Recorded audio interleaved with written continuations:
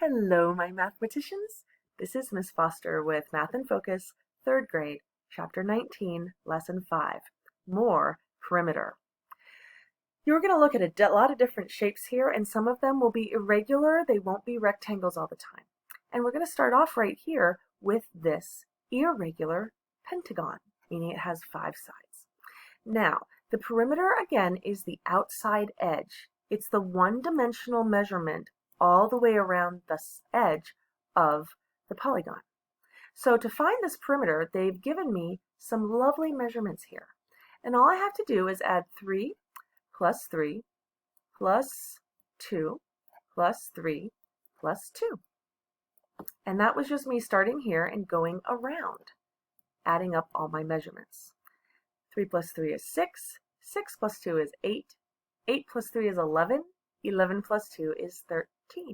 So this should be 13 centimeters as its perimeter. Now here we have a tiling situation, and what they tell us is that 4 square tiles with 12 centimeter sides, ooh, do you see that right here in the picture? They've given you the scale, were used to cover the surface of a large square tile. What is the perimeter of the large square tile? Well, these are squares, so I know all of the sides are equal. If this is 12, then this also would be 12. And 12 times 2 is 24. So the length of one of the sides is 24 centimeters.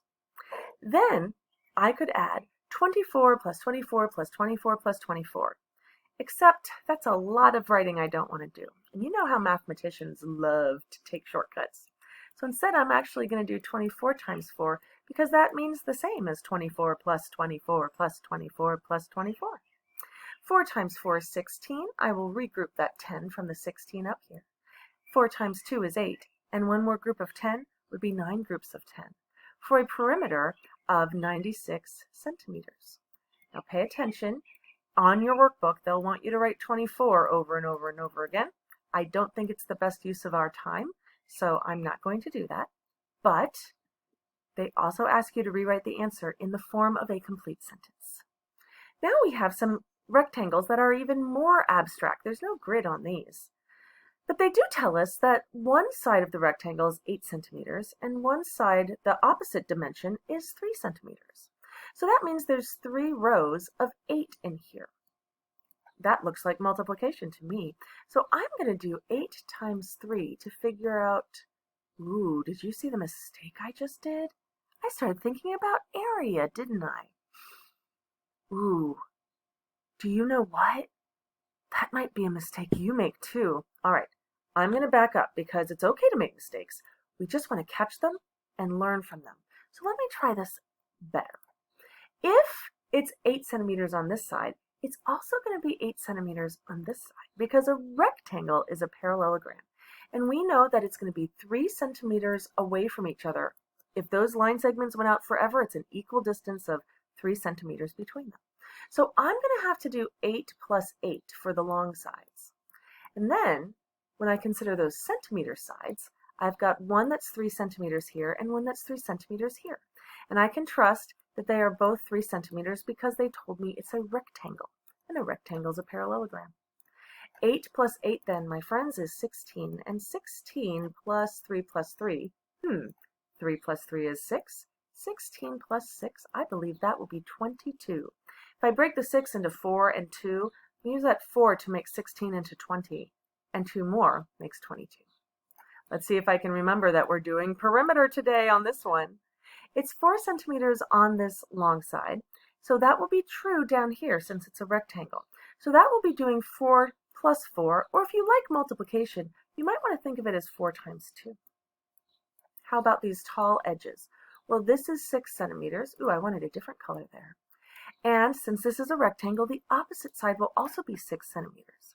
So if I added 6 times 2 to 4 times 2, I would have the entire perimeter. 4 times 2 is 8. 6 times 2 is 12. 8 plus 12, well, the 2 plus the 8 will make another 10. So I think that's going to be 20 meters. Here they have even more irregular polygons, and we're just going to go around and add them all up here. So let me see. Here I've got 4 times 3 is 12, plus 3, plus 5. We can take those shortcuts, Miss Foster? Yes, my mathematicians. Mathematicians love to take shortcuts. Let's see here. 3 plus 5, I'm going to do that one first, is 8. And then do you notice how that's like the same thing we were adding up here? So we have 12 plus 8, which would equal 20 inches in perimeter. Let's try this yellow irregular shape here. This is 5, 3. Let me see here. I'm going to do some column addition now. 5 plus 3 plus 4 plus 10. Let's get my place value out. Plus 8 and plus another 10.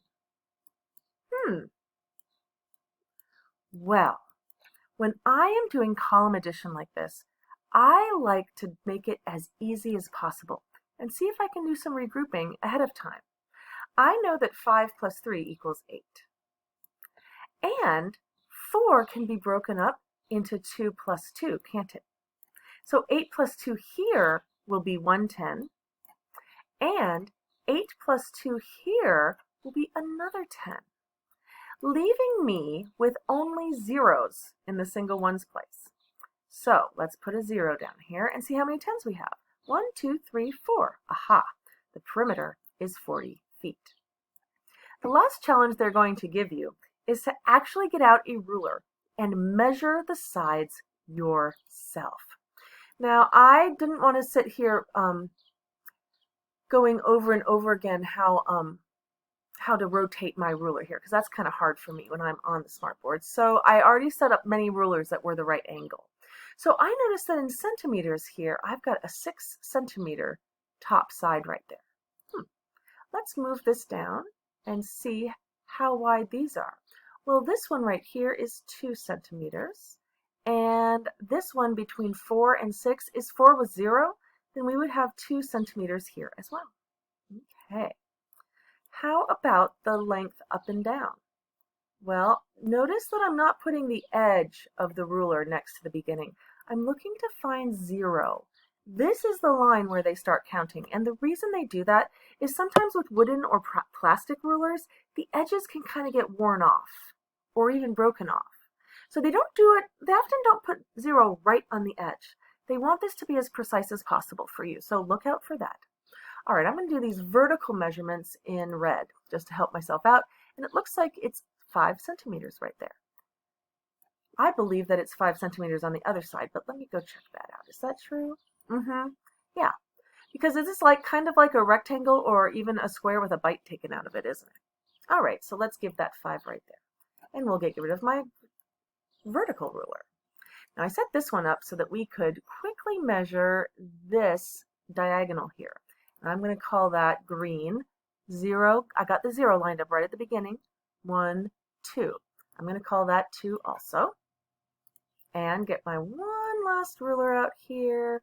Line it up. Ooh, that's looking like 2 also. Wow, a lot of measuring. So now what I'm going to have to do is add all those measurements together. Okay. Let's go see what we've got here. Well, the red is 5 and 5. You're allowed to take a shortcut and write down 10 if you like. I've got in black, I've got 6 plus 2 plus 2.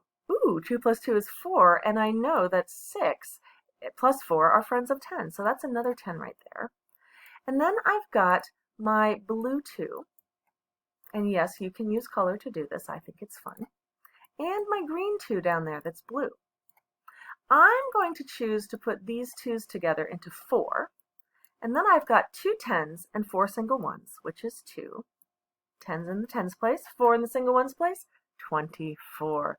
Ooh, I will tell you what, you guys, that kind of measurement is way easier on paper than it is on the smartboard. You have some practice pages. Make sure you have a ruler nearby, and make sure to find that 0 when you're measuring distances. You've been sent an answer key on Seesaw. If you get one wrong, figure it out what you need to learn. And just like I figured out that I was doing area when I should have been doing perimeter, whoa, it's a lot to keep track of. Come see me with questions or send me a note. Hey guys, thanks for playing with perimeter today with me. I love playing math with you. Bye-bye for now.